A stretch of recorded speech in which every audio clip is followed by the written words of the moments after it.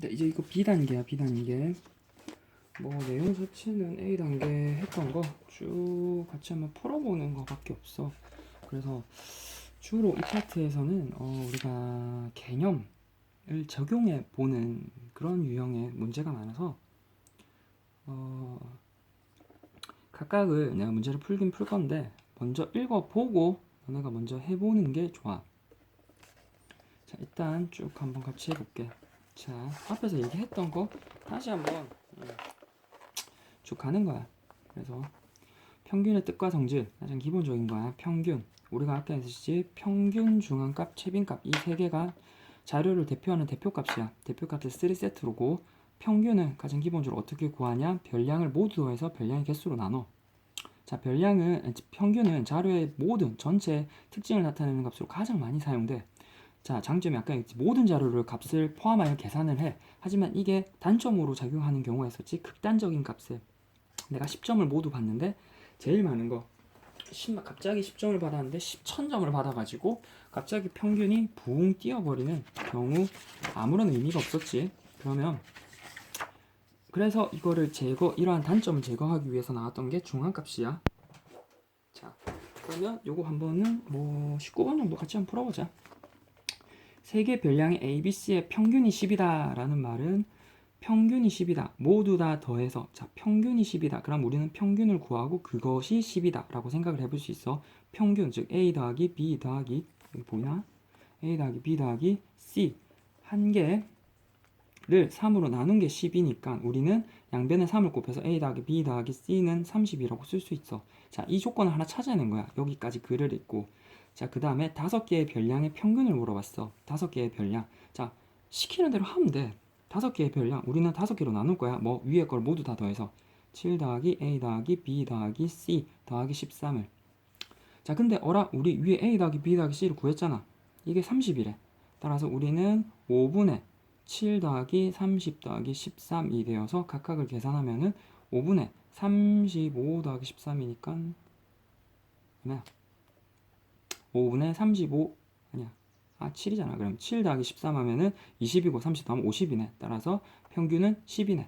따라서 평균이라고 하는 게 일단 다 더해야 돼. 자, 그리고 문제를 풀 때 일단 혹시 이게 잘 안 풀린다 하는 학생은 개념이 부족한 거야. 자, 그래서 위에 평균이라는 개념, 별량을 총합을 한다는 거.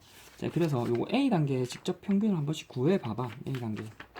자, 그리고 다시 한번 풀어보면은 그리고 문제를 풀 때 어떡하지가 아니라 개념을 물어보면 개념 그대로 일단 적고 생각을 하면 돼. 평균이 10이라는 건 평균 구해서 10이다. 5개의 별량의 평균 물어보자. 그럼 5개의 별량을 모두 다 더해서 5로 나눠야겠다. 이 생각이 들어야 돼. 이 생각은 어디서 근거해? 개념에서. 네, 그렇죠. 그래서 개념을 자주 읽어야 됩니다. 자, 두 번째 20번에 다음 중 옳은 것은 했잖아.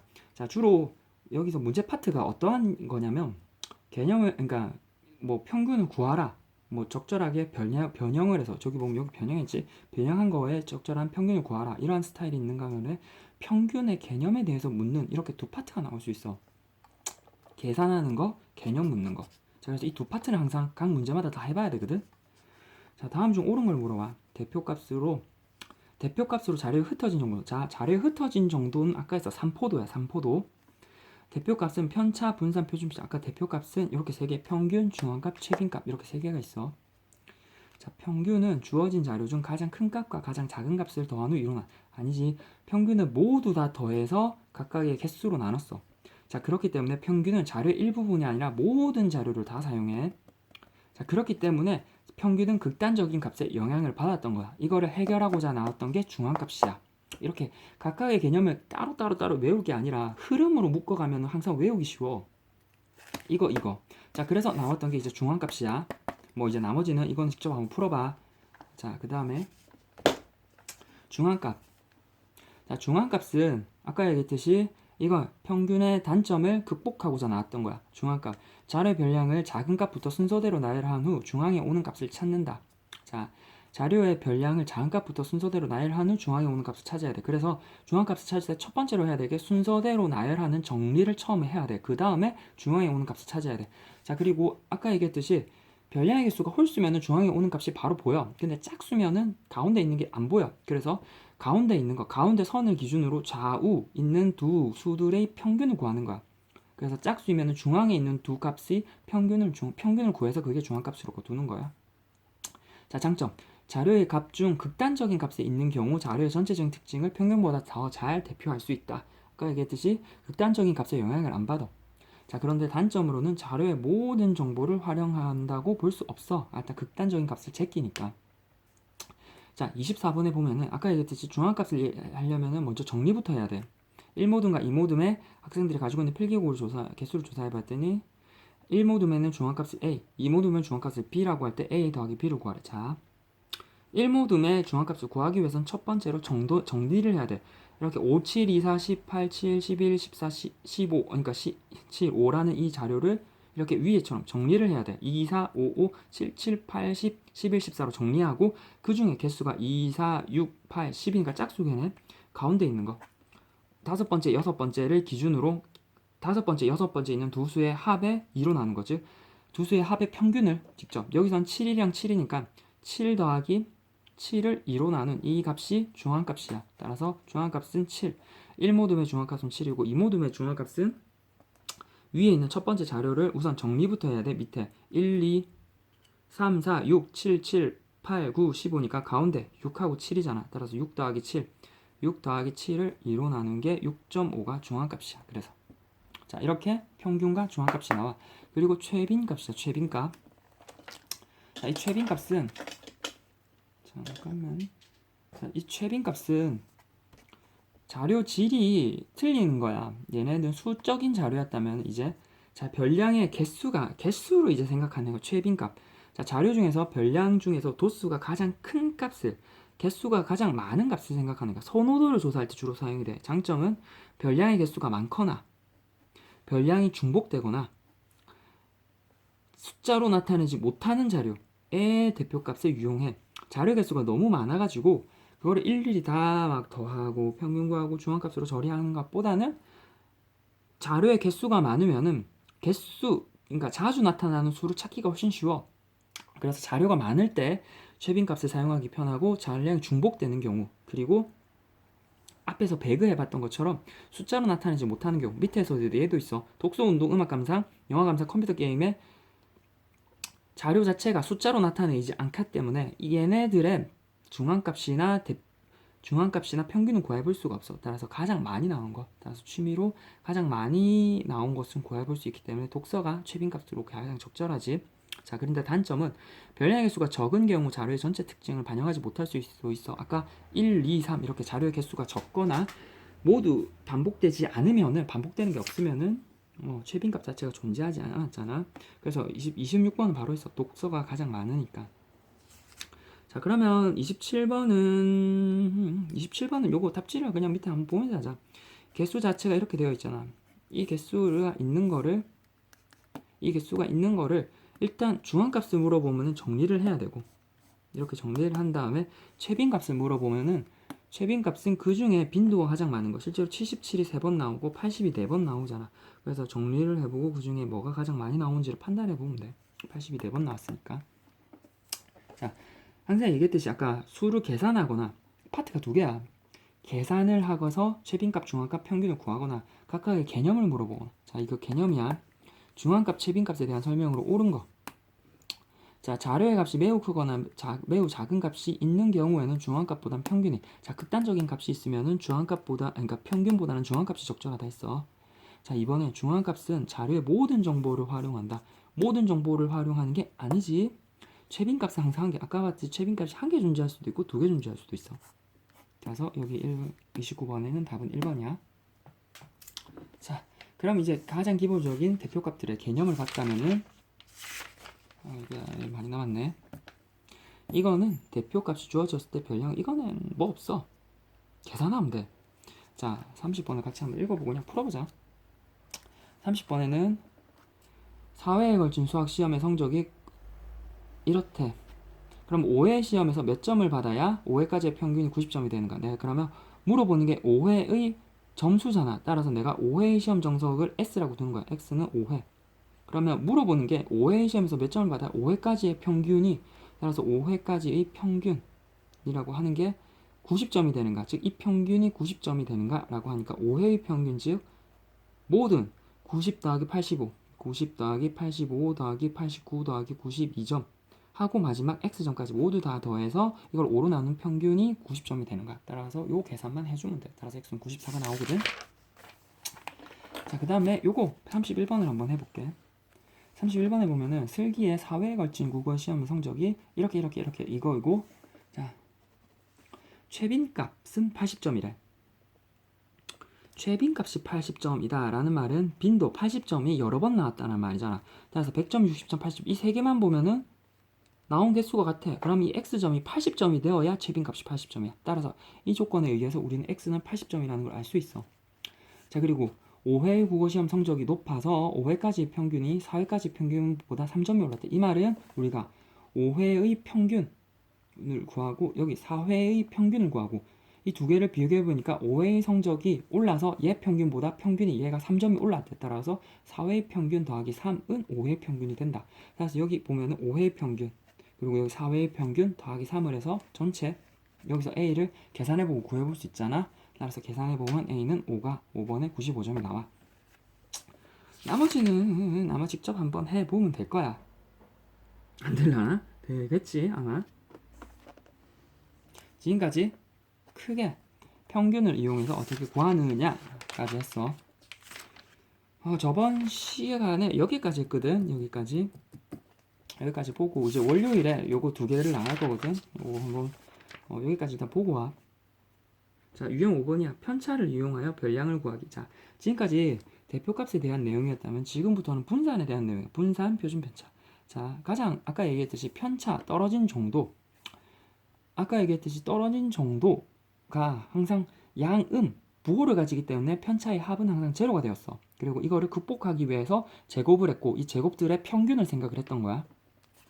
자, 편차 합이 0임을 이용하여 자료의 편차를 구한다. 이거는 편차의 합이 제로임을 이용하기 때문에 어느 자료에서 나머지 편차를 하나 구해볼 수 있어. 그래서 이렇게 문제를 많이 내고, 아까 얘기했듯이 편차는 별량에서 평균을 뺀 게 편차야.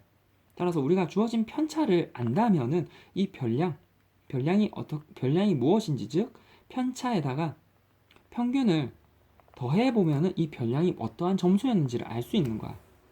예를 들어서 위에 뭐 예를 한번 보면은 우리가 여기서 편차의 합이 제로이므로 이 x 값이, 그러니까 여기 밑에 있는 예를 한번 볼게.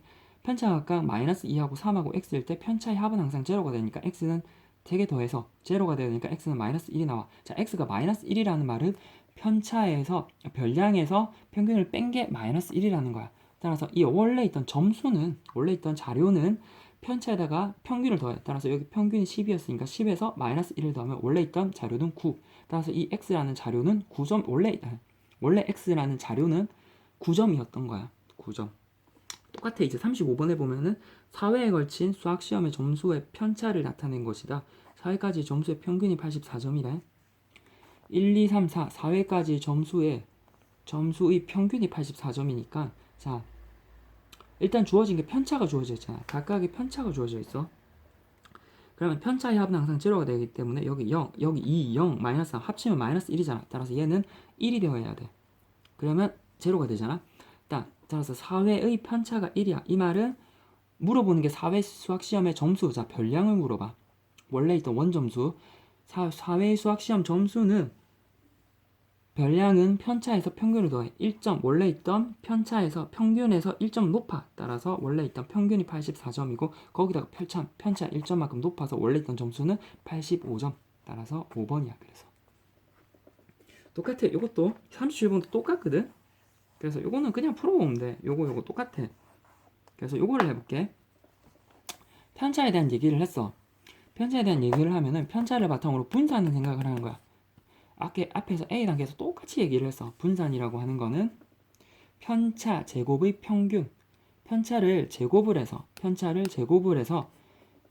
부호를 없애기 위해서 편차를 제곱했고 그 제곱한 것들의 총합을 별량의 개수로 나눈 게 편차 제곱의 평균이었어. 그리고 너무 수가 커서 루트를 씌웠던 게 표준 편차였고, 자, 그러면 자, 케이스 자체가 두 개가 있어. 여기면 편차가 주어진 경우가 있고 아예 원 자료가 주어진 경우가 있어.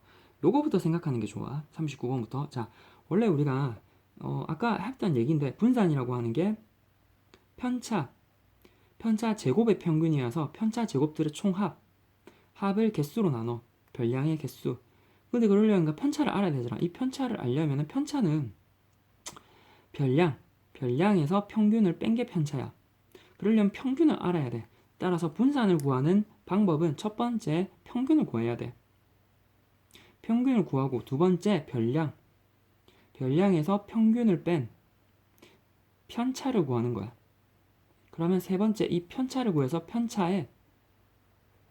편차들을 제곱을 하고 이 편차의 제곱의 평균, 즉 편차 제곱의 총합을 각각의 개수로 나누는 게 분산이 나오고 여기다 루트를 씌운 게 표준 편차야. 따라서 39번이 원 자료가 주어져 있잖아. 38번은 편차가 주어져 있어. 이미 자료에서 평균을 뺀 거.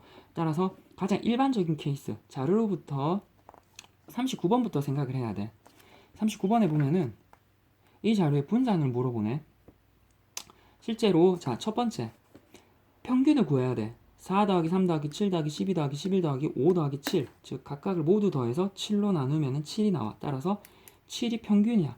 자, 이 자료 7이 평균이기 때문에 자료로부터 이제 두 번째 편차를 구해야 돼. 편차는 자료에서 평균을 빼야 돼. 밑에 편차를 적어봐. 편차 4에서 7을 빼면 마이너스 3, 3에서 7을 빼면 마이너스 4, 7에서 7 빼면 0, 12에서 7 빼면 5, 11에서 7 빼면 4, 5에서 7 빼면 마이너스 2, 7에서 7 빼면 0. 이게 편차야.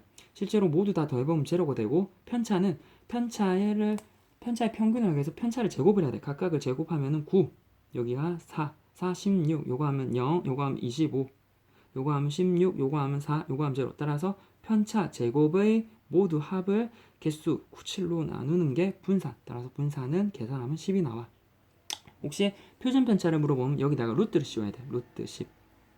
근데 그래서 이게 39번이 가장 일반적인 케이스야. 자, 38번은 편차가 주어져 있잖아. 따라서 평균을 구하고 그 평균에서 별량에서 평균을 뺀 편차가 이미 주어져 있는 거야. 그래서 이미 첫 번째 단계는 해결하고 두 번째 단계부터 나와 있는 거야. 편차가 주어져 있으니까 편차를 각각을 제곱을 해서 9, 1, 9, 0, x의 제곱. 이 하기 전에 일단은 이거부터 해야 되네.